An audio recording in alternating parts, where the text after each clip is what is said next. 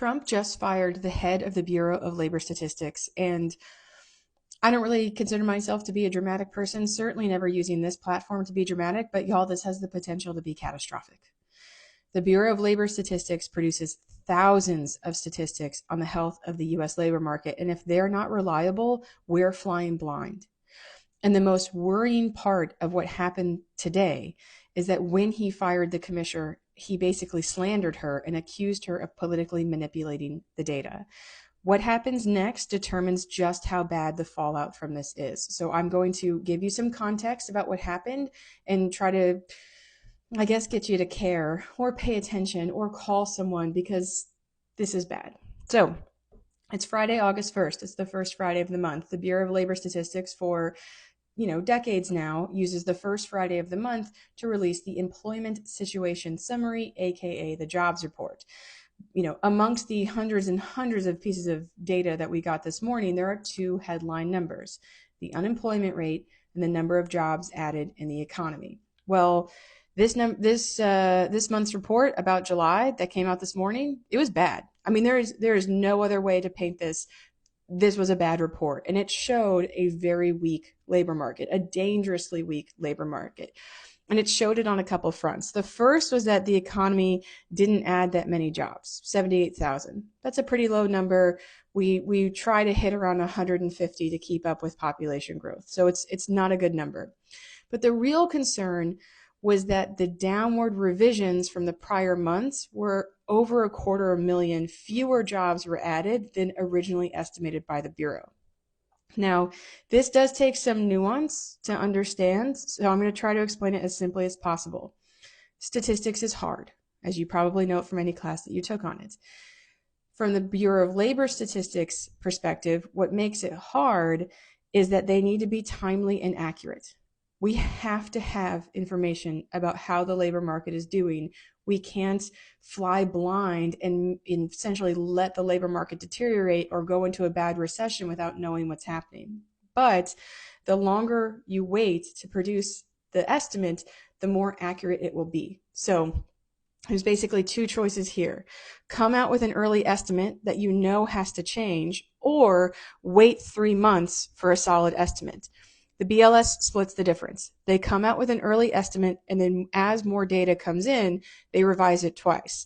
The reason for the data quality improving is basically people return the survey. So if I send out 100,000 surveys, 100,000 to businesses and 100,000 to households, they're not all going to get it in on a week or within 2 weeks. They're going to take extra time. And so as more surveys roll in, the accuracy of the number improves. So the BLS basically gives us, every month gets 3 months of estimates, the initial and 2 revisions.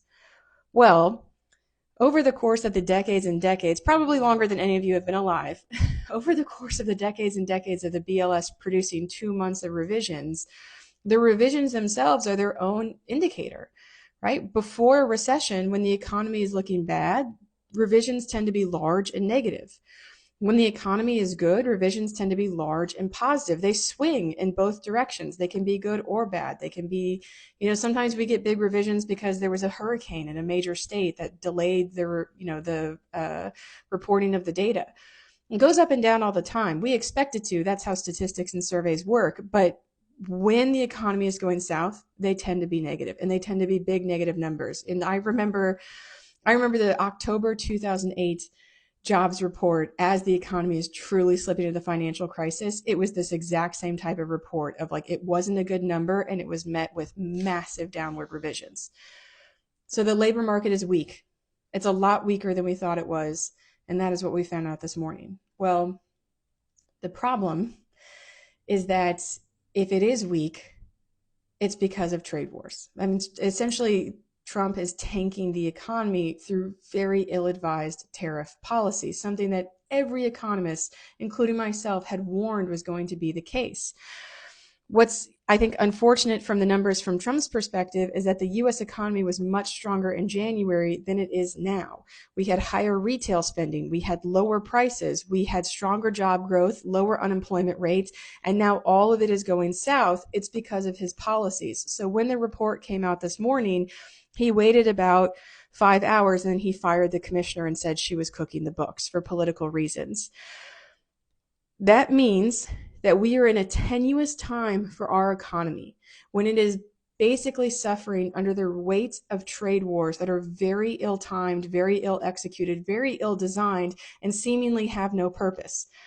At the same time that this is all starting to go south, you fire the head of Bureau of Labor Statistics for political reasons in a brazen retribution. He said, I fired her because she's not agreeing with me. If we lose the integrity of economic data at such a critical moment for the economy slipping into recession, we will be flying blind. We won't know how the labor market is doing, and we won't be able to respond when it actually does go south. I once had someone at the Bureau of Labor Statistics tell me if you asked someone at the BLS, is the glass half empty or half full, they would respond, it is an 8-ounce glass with 4 ounces of liquid. And that's a common joke at the agency. It's actually on their website on the About Us page. Their job is that the data and the numbers have to come first. So what happens from here depends on who replaces the fired commissioner. Someone who is loyal to Trump or someone who is loyal to the data. This role, I mean, she was a career economist. She's worked for the Census Bureau her entire career. She knows US data backwards and front, and it's all she cares about. What is terrifying about this is if she is replaced by someone who is loyal to Trump over loyal to the data, we don't know what the data means. We can't trust it, and that means that policymakers are basically flying blind, pushing out the lie that whatever Trump says is true and the economy is as strong as he wants it to be, as opposed to responding to the needs of Americans because the data is telling us how it actually is. I don't know if anybody cares about this outside of the small world of economists who follow this, and I would assume that the Federal Reserve's got their hair on fire right now. They're so upset about this, but we're risking so much because if we don't know what's going on with you, if we don't know what's going on with the economy, we don't know what's going on with you. And if we don't know what's going on with you, we can't help. And if the economy tips into a recession 3 months before we catch it, it's just going to be worse. It's a lot to risk. And my hope is that there's so much pressure to keep this position loyal to the data that even though he's fired her, she's replaced by another career statistician. Because to be fair, she is a political appointee, and she was a Biden leftover political appointee. He's well within his rights to fire her. It's just that he did it on the day of a bad jobs report and said it was because the jobs report was bad and she's lying. Like, it's one thing if he was like, yeah, she worked for Biden, I don't like her, I'm going to fire her. That would be like less of a concern. It's within his rights. She's a political appointee. But the fact that he did it for quote unquote her messing with the data as opposed to him messing with the economy, that is the worry and concern. So everything depends on who she is replaced by, what type of political appointee comes in. And that is where Congress can exert so much pressure to make sure it is a person who's loyal to the data. The reason why I'm dramatic is because they have shown almost no spine up until this point.